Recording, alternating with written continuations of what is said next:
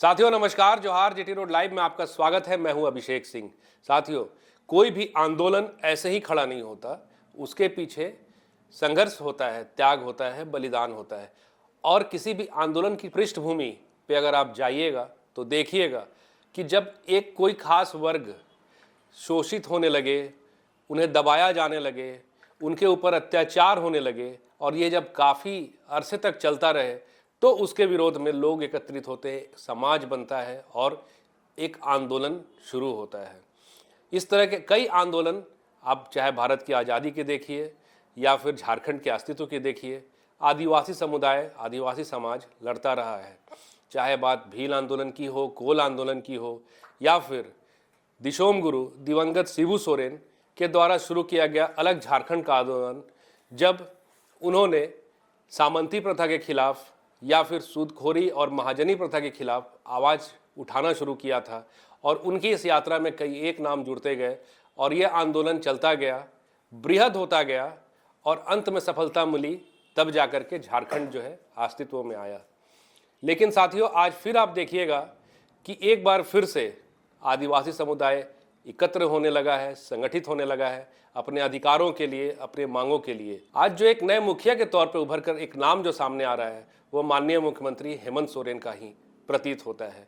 अभी चंद दिनों पहले की बात है जब पूरे देश दुनिया से आए आदिवासी समुदाय के प्रतिनिधिमंडल ने मुख्यमंत्री से उनके आवासीय परिसर पर भेंट की और इसको लेकर के मुख्यमंत्री ने भी एक काफ़ी लंबा संबोधन दिया और उन्होंने उसमें तमाम बातों को रखा कि आज किस तरह से आदिवासी को एकजुट होने की ज़रूरत है, उन्हें एक साथ जुड़ करके एक आवाज़ बनने की ज़रूरत है। और उन्होंने यहाँ तक कहा था कि अब जो पानी है वो नाक के नीचे आ गया है और अब हमें मिलजुल करके आवाज़ उठाना चाहिए। उसी के साथ आप देखिएगा कि आसाम से आए प्रतिनिधिमंडल ने मुख्यमंत्री से मुलाकात की। उन्होंने वहाँ की समस्याओं को मुख्यमंत्री के सामने रखा कि किस तरह से चाय बागान हो या फिर अन्य तरह के कार्यों में जो आदिवासी समुदाय से लोग जुड़े हैं उनके साथ किस तरह वहाँ शोषण होता है, किस तरह के प्रताड़ना के वो शिकार हो रहे हैं। इसके साथ ही मुख्यमंत्री ने भी उन्हें आश्वस्त किया कि एक हमारी ओर से भी प्रतिनिधिमंडल जो है वो वहाँ जाएगा और तमाम चीज़ों की जो है समीक्षा करेगा और हम इसमें आपका सहयोग जरूर करेंगे। साथियों, इससे एक दृष्टिकोण तो उभर कर सामने आता है कि आज जो झारखंड के मुखिया हैं या झारखंड मुक्ति मोर्चा के जो आला कमान है, अब उनका कद सिर्फ एक क्षेत्रीय नेता के तौर पे तो नहीं रह गया है। उनका जो कद है अब एक राष्ट्रीय नेता की ओर बढ़ चला है और उनकी जो लोकप्रियता है वो अब देश में काफ़ी बढ़ चुकी है। कहीं ना कहीं आदिवासी समुदाय के एक आइकॉन की तरह वो बनकर उभरने लगे हैं और तमाम आदिवासी संगठनों के साथ देश के आदिवासियों में एक विश्वास के रूप में एक चेहरा बनकर भी वो उभरने लगे हैं। अभी विधानसभा शीतकालीन सत्र का अंतिम दिन था और उसमें भी मुख्यमंत्री हेमंत सोरेन ने आदिवासी समुदाय पे हो रहे अत्याचारों पे आवाज़ उठाई। उन्होंने इस तरह से कहा कि जैसे आज आप देखिए सुरक्षा बल है, जो सिक्योरिटी फोर्सेस हैं, जब उन्हें देश की सीमा पे होना चाहिए तो वो देश के अंदर हैं, जंगलों में हैं और किस तरह से जल जंगल ज़मीन की रक्षा करने वाले आदिवासियों पे शोषण कर रहे हैं, उन्हें प्रताड़ित कर रहे हैं, इसलिए कि उस जगह को खाली करा करके पूंजीपतियों के हवाले की जाए। क्या सरकार की यही मंशा है? साथियों, हम चाहेंगे कि एक छोटा संबोधन है मुख्यमंत्री का, आप सुनिए कि उन्होंने कहा क्या है। अध्यक्ष महोदय, शायद मैंने पहले भी कहा था कि देश की जो सुरक्षा बल है सबसे अधिक आज कहां है? आदिवासी इलाकों में, जंगलों में। क्यों? क्योंकि उन जंगलों को उजाड़ना है और व्यापारी मित्रों को उनको देना है।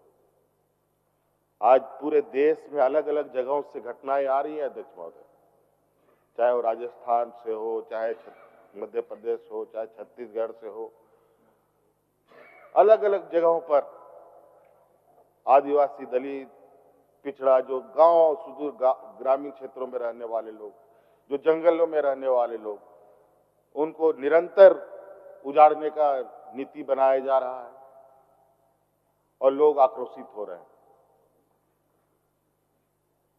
आज बॉर्डर पे कम और देश के अंदर में युद्ध चल रहा है।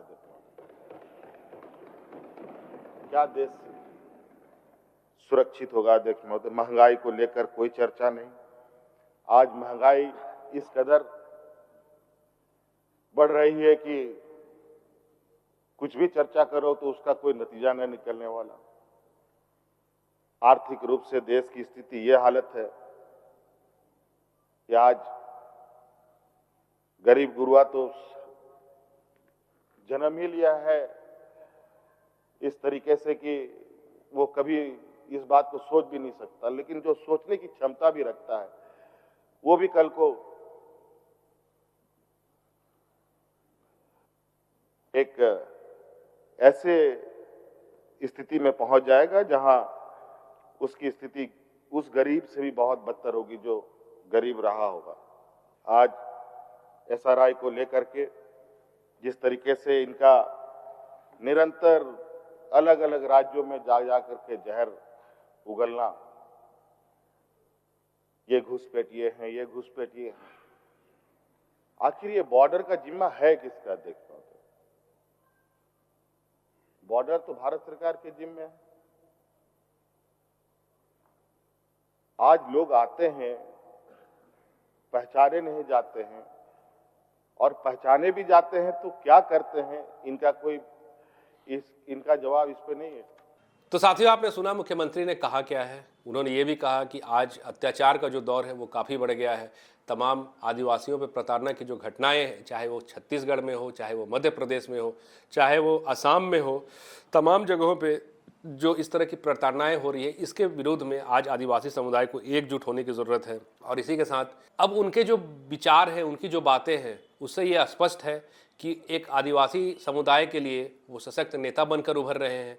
और आने वाले समय में उनकी जो छवि है वो सिर्फ एक क्षेत्रीय नेता या क्षेत्रीय मुखिया के रूप में नहीं होकर के देश के आदिवासियों के एक आइकॉन नेता के रूप में भी उनकी छवि जो है आने वाले समय में बनकर तैयार होने वाली है। ऐसा उनके इन भाषणों से प्रतीत होता है, और ऐसा ही तमाम आदिवासी समुदाय के द्वारा उनके प्रति जो भरोसा है उससे प्रतीत होता है। साथियों, आज के लिए बस इतना ही। जाते जाते आपसे आग्रह कि अगर आपने हमारे चैनल को सब्सक्राइब नहीं किया तो ज़रूर कर लीजिए। हमारे वीडियो को लाइक, शेयर और कमेंट ज़रूर कीजिए। आज्ञा दीजिए। नमस्कार। जय हिंद, जय भारत।